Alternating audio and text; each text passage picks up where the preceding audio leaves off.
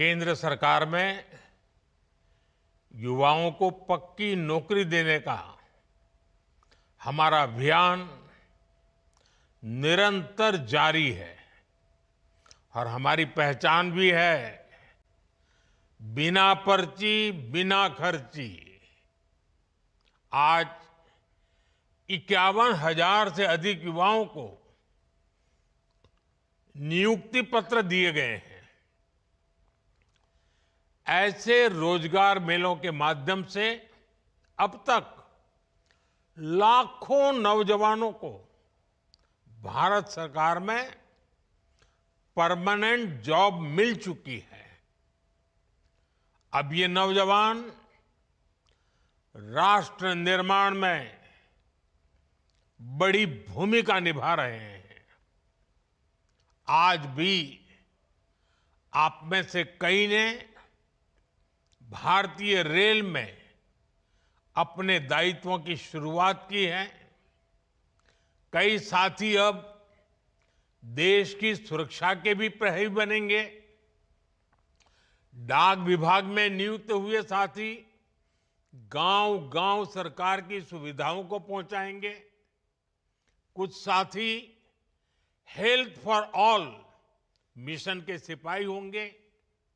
कई युवा financial inclusion के इंजन को और तेज करेंगे और बहुत से साथी भारत के औद्योगिक विकास को नई रफ्तार देंगे। आपके विभाग अलग अलग हैं, लेकिन ध्येय एक है। और वो कौन सा ध्येय?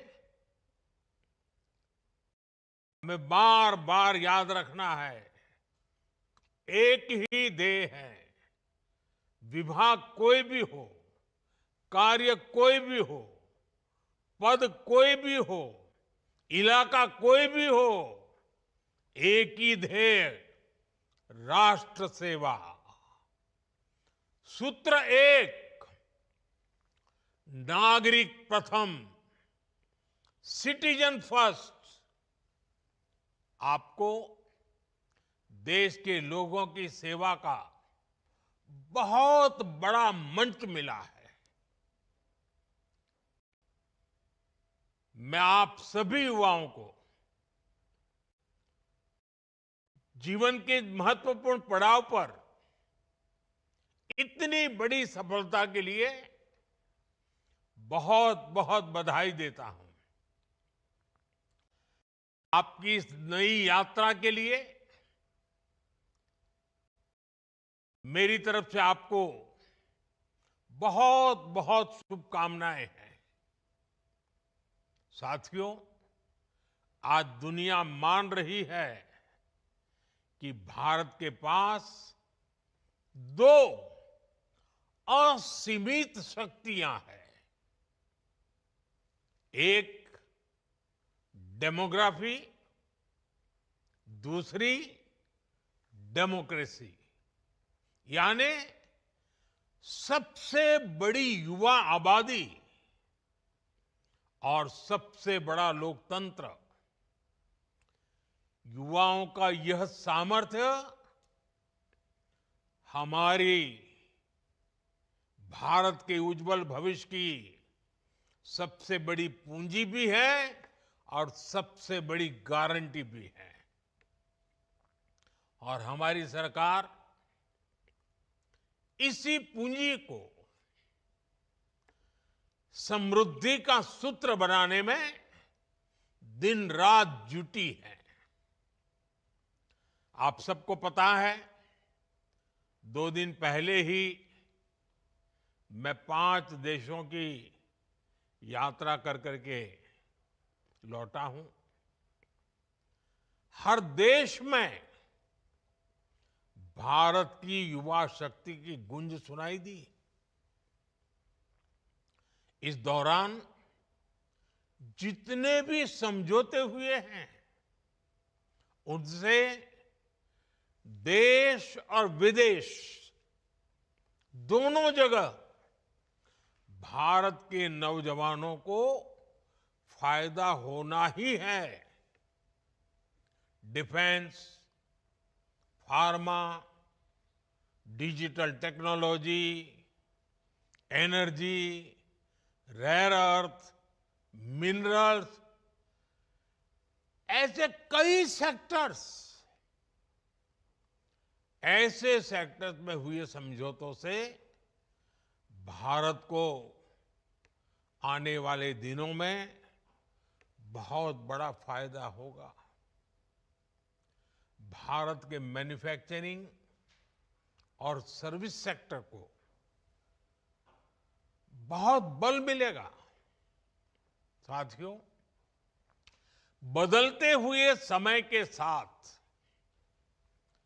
21वीं सदी में नेचर ऑफ जॉब भी बदल रहा है। नए नए सेक्टर्स भी उभर रहे हैं। इसलिए बीते दशक में भारत का जोर अपने युवाओं को इसके लिए तैयार करने का है और इसके लिए अहम निर्णय भी लिए गए हैं। आधुनिक जरूरतों को देखते हुए आधुनिक नीतियां भी बनाई गई हैं। स्टार्टअप्स, इनोवेशन और रिसर्च का जो इकोसिस्टम आज देश में बन रहा है, वो देश के युवाओं का सामर्थ्य बढ़ा रहा है। आज जब मैं नौजवानों को देखता हूं कि वे अपना स्टार्टअप शुरू करना चाहते हैं, तो मेरा भी आत्मविश्वास बढ़ जाता है। और अभी हमारे डॉक्टर जितेंद्र सिंह जी ने स्टार्टअप के विषय में विस्तार से कुछ आंकड़े भी बताए आपको सामने। मुझे खुशी होती है कि मेरे देश का नौजवान बड़े विजन के साथ, तेज गति से, मक्कमता के साथ आगे बढ़ रहा है। वो कुछ नया करना चाहता है।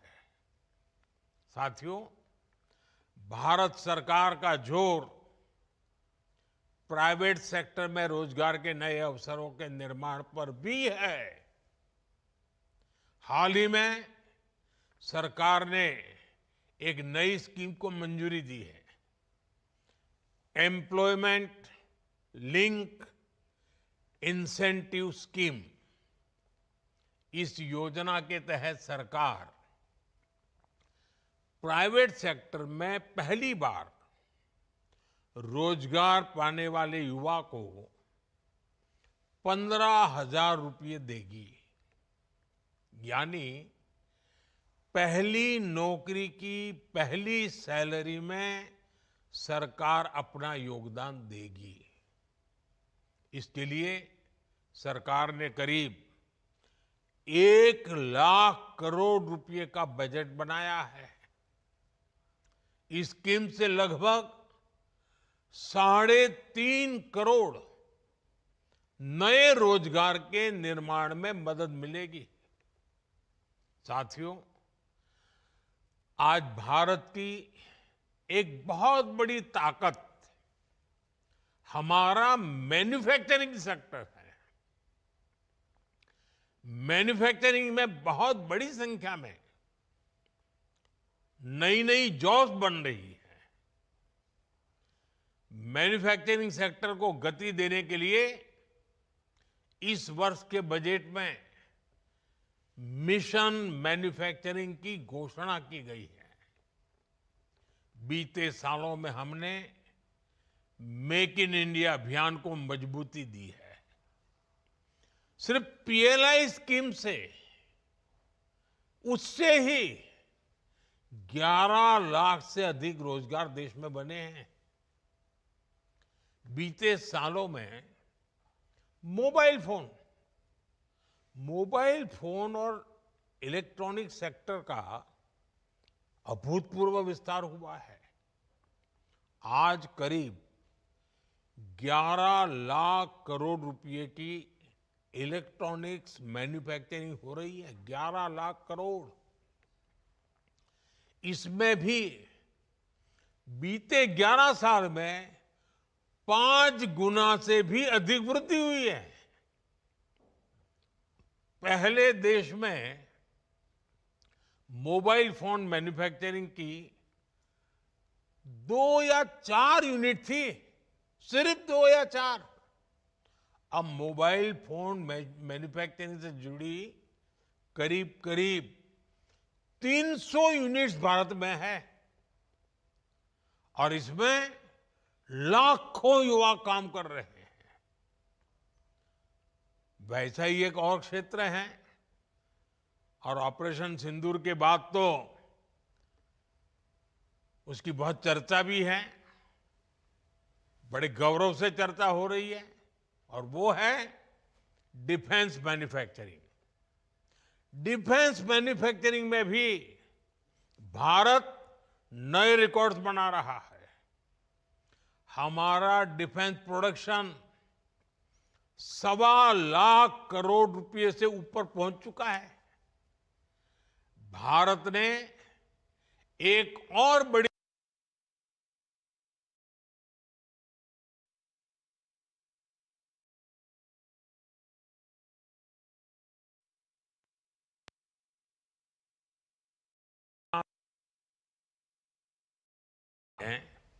सबसे ज्यादा लोकोमोटिव बनाने वाला देश बन गया है। दुनिया में सबसे ज्यादा लोकोमोटिव हो, रेल कोच हो, मेट्रो कोच हो, आज भारत इनका बड़ी संख्या में दुनिया के कई देशों में एक्सपोर्ट कर रहा है। हमारा ऑटोमोबाइल सेक्टर भी अभूतपूर्व ग्रोथ कर रहा है। बीते 5 साल में ही इस सेक्टर में करीब $40 बिलियन का एफडीआई आया है, यानी नई कंपनियां आई हैं, नई फैक्ट्रियां लगी हैं, नए रोजगार बने हैं और साथ साथ गाड़ियों की डिमांड भी बहुत बढ़ी है। गाड़ियों की रिकॉर्ड बिक्री हुई है भारत में। अलग अलग सेक्टर्स में देश की ये प्रगति, ये मैन्युफैक्चरिंग के रिकॉर्ड तभी बनते हैं, ऐसे नहीं बनते। ये सब तब संभव होता है जब ज्यादा से ज्यादा नौजवानों को नौकरियां मिल रही हैं, नौजवानों का पसीना लगता है उसमें, उनका दिमाग काम करता है, वो मेहनत करते हैं। देश के नौजवानों ने रोजगार तो पाया है, लेकिन ये कमाल करके भी दिखाया है। अब सरकारी कर्मचारी के तौर पर आपको हर संभव प्रयास करना है कि देश में मैन्युफैक्चरिंग सेक्टर की ये गति निरंतर बढ़ती रहे। जहां भी आपको दायित्व मिले, आप एक प्रोत्साहक के रूप में काम करें, लोगों को एनकरेज करें, रुकावटें दूर करें। जितना ज्यादा आप सरलता लाएंगे, उतनी सुविधा देश में अन्य लोगों को भी बढ़ेगी। साथियों, आज हमारा देश दुनिया की, और कोई भी हिंदुस्तानी बड़े गर्व से कह सकता है, आज हमारा देश दुनिया की तीसरी बड़ी इकोनॉमी बनने की तरफ तेजी से आगे बढ़ रहा है। ये मेरे नौजवानों के पसीने की कमाल है। बीते 11 वर्षों में हर सेक्टर में देश ने प्रगति की है। हाल में इंटरनेशनल लेबर ऑर्गेनाइजेशन आईएलओ की एक बहुत बढ़िया रिपोर्ट आई है, शानदार रिपोर्ट है। इस रिपोर्ट में कहा गया है कि बीते दशक में भारत के 90 करोड़ से अधिक नागरिकों को वेलफेयर स्कीम के दायरे में लाया गया है। एक प्रकार से सोशल सिक्योरिटी के दायरा गिना जाता है। और इन स्कीम्स का फायदा सिर्फ वेलफेयर तक सीमित नहीं है। इससे बहुत बड़ी संख्या में नए रोजगार भी बने हैं। जैसे एक छोटा उदाहरण मैं देता हूं, पीएम आवास योजना। अब ये पीएम आवास योजना के तहत 4 करोड़ नए पक्के घर बन चुके हैं और 3 करोड़ नए घर अभी बनाने की प्रक्रिया चल रही है। इतने घर बन रहे हैं तो इसमें मिस्त्री, लेबर, रॉ मटेरियल से लेकर ट्रांसपोर्ट सेक्टर में छोटी छोटी दुकानदारों के काम, माल ढोने वाले ट्रक के ऑपरेटर्स, आप कल्पना कर सकते हैं कितने सारे जॉब्स क्रिएट हुए हैं। इसमें भी सबसे खुशी की बात है कि ज्यादातर रोजगार हमारे गांव में मिले हैं। उसे गांव छोड़ करके जाना नहीं पड़ रहा है।